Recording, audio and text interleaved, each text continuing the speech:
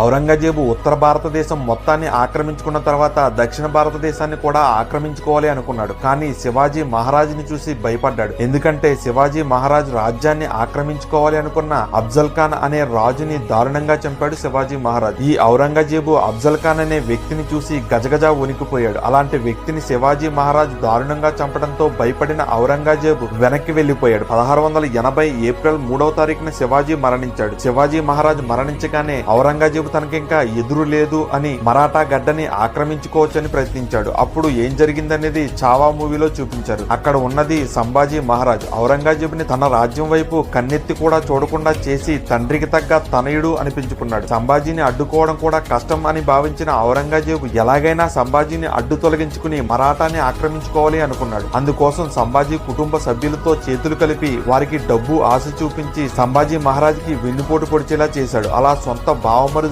సంభాజీ ఎక్కడ ఉన్నాడో ఒక సీక్రెట్ ప్లేస్ ని ఔరంగజేబుకి తెలియజేశారు. అక్కడికి వచ్చి సంభాజీ మహారాజుని ఖైదు చేసి తీసుకెళ్లి దారుణాతి దారుణంగా చిత్రహింసలు పెట్టి చంపేశారు.